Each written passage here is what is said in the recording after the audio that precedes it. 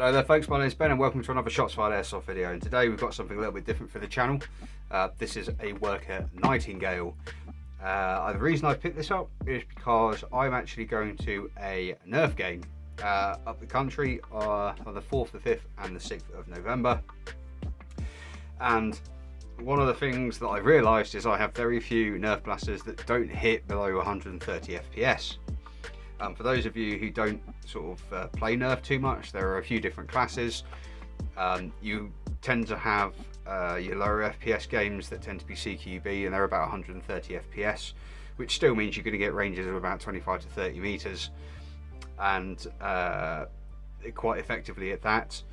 You then have like a bit of a weird bracket around the 200 FPS mark, and then your upper echelons are most of what my blasters are tuned for, which is 300 FPS, tend to be pump action, and then you get around 250 for fully semi-auto blasters such as the Challenger Mark III, etc., or the Colonel Wasp 76, which we haven't seen on this channel because I can't semi-auto it at the moment.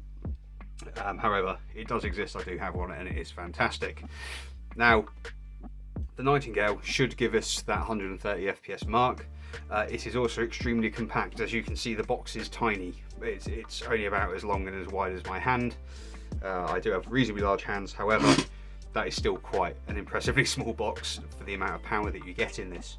This is a Flywheeler blaster using Worker's new neodymium motors. It's a very small form factor. It takes a new style of magazine called a mini Talon angled mag, and what that does is essentially give you a smaller handle compared to a normal Talon mag, because obviously this is a magging grip blaster.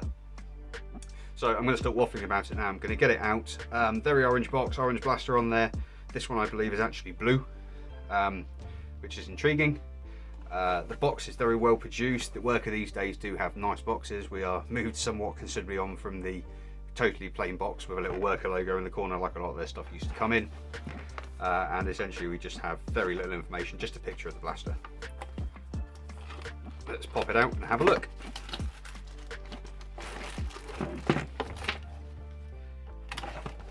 So this is quite a cool little package. Whoop. Get the box out of the way. You get some instructions, a little crib sheet if you will. This shows you how to actually remove the flywheels and motor assembly, and I believe this is for the upgrade if you have the lower powered one, to upgrade it to a set like this.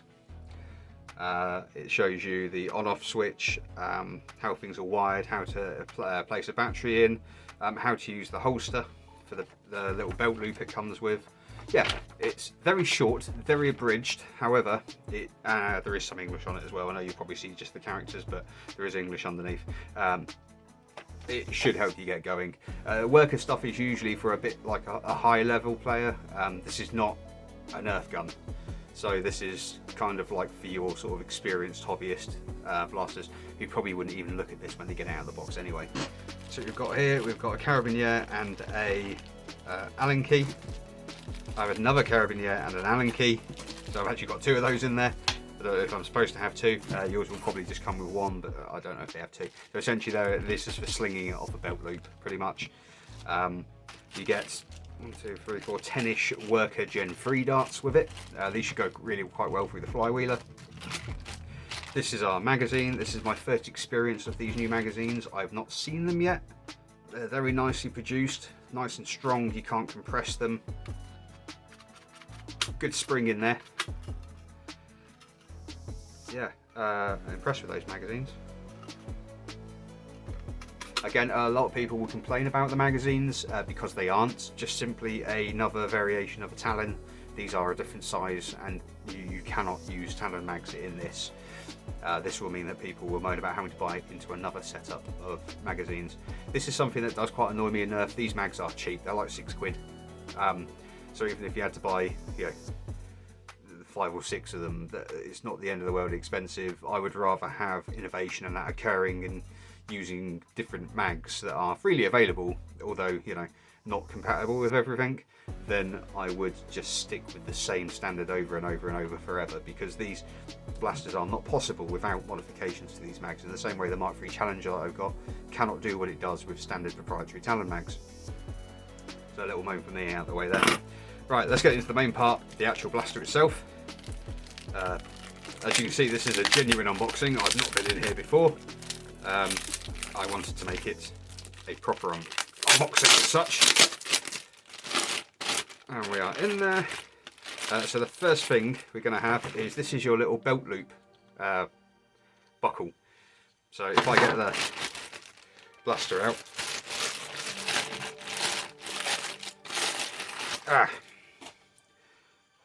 Nice and light that is. Right, yeah, so the way I believe this works is that just sits on there like that, and then this will clip over your belt. This is a big sort of metal clamp, although the actual holster itself is plastic, but the metal clamp, and that will sit there. And I'll be absolutely honest, when you're walking or jogging or anything, this is not going to bounce out.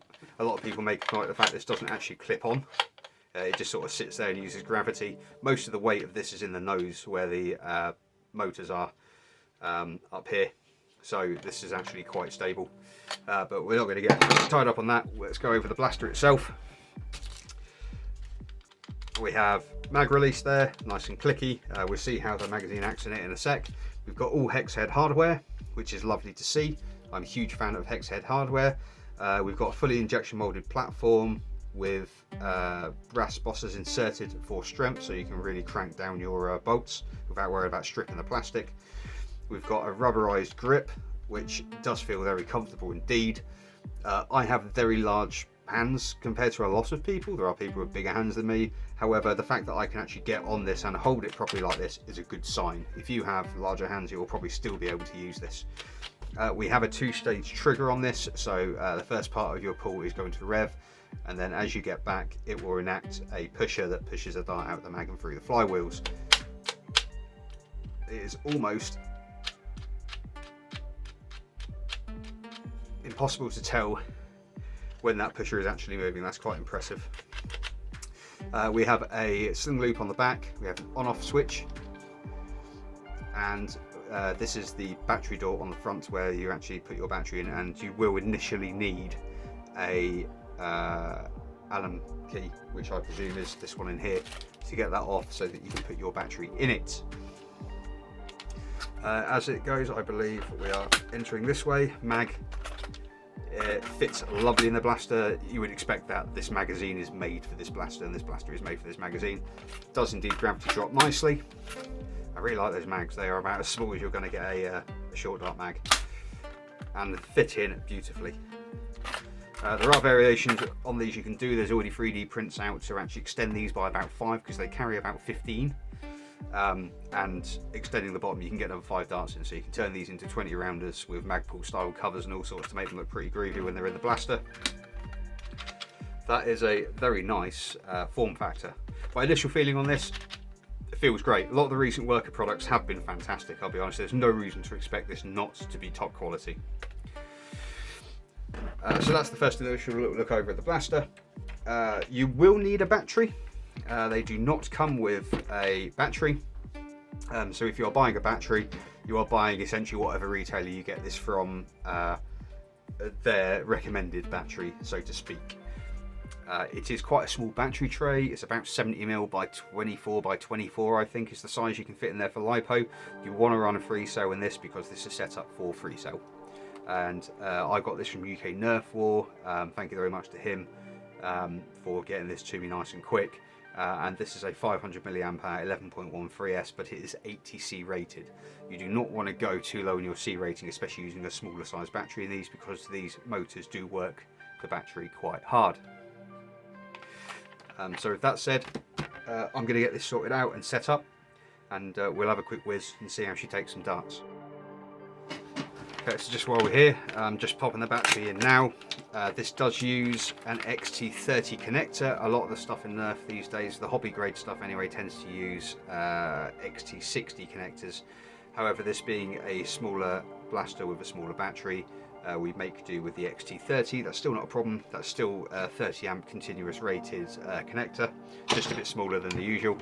As you can see, there's our little battery holder, and if we pop that in there, just before we close that up, we'll have our switch on, and we have power. That is really quite a quick rev up, very nice indeed. As you would expect that. If I can just get that in there we are. That doesn't fit, that does indeed fit perfectly in there as promised. The mag is actually loaded. You did notice there I was able to rev that quite freely without worrying too much about the darts going into the flywheels. This is a proper two-stage trigger. There is quite a bit of separation between where you can rev it to and where it'll actually fire a dart. It does scream, but it feels really nicely balanced. There's no warbling as such, but obviously we do have a little bit of clear plastic with a bit of rifling on. Just fire a few rounds. That's nice, it's got a lot of pop to it. It sounds great when it's firing. Yeah, that is really good fun. That is really quite an impressive piece of kit, that. I'm glad I got one. I was umming and ahhing as to whether or not to get one, and then I got this Nerf game coming up and I thought, you know what, there's going to be loads of these around, and there's a good reason for that. They are really good fun. And we do have sort of little impromptu iron sights here, just moulded into the top of the blaster. These flywheelers these days are pretty good for accuracy. If I just take some shots over it, see if I can hit the washing machine from here. Yeah, no problem. That's pretty effective. The darts are getting out there nicely. Yeah. Love it. Really good bit of, it's going to be really good fun, that is. I do have some 3D printed stuff done for it already. Including a complete carbine kit, which should be interesting to give it a bit more of a primary vent and a full rail system across the top. You will notice it doesn't have much in the way of Picatinny rail on it, if anything, in fact, but it does have little mounts to actually fit Picatinny accessories on it. Now we're all together, let's see what we've got in terms of weight for this little beast. Let's make sure we're zeroed out, and with the battery in, all up with the magazine, it's 411 grams. So it is not a heavy blaster to wield at all. Very impressive. So that's been my little unboxing of the work of Nightingale. I will do a performance video where we do a bit of target shooting, and I'll give you some more overall opinions on its performance.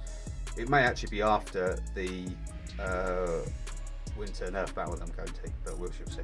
So I've been Ben, thank you very much for watching the little Nerf video I've done, and I hope to see you in the next one. Thank you very much and goodbye.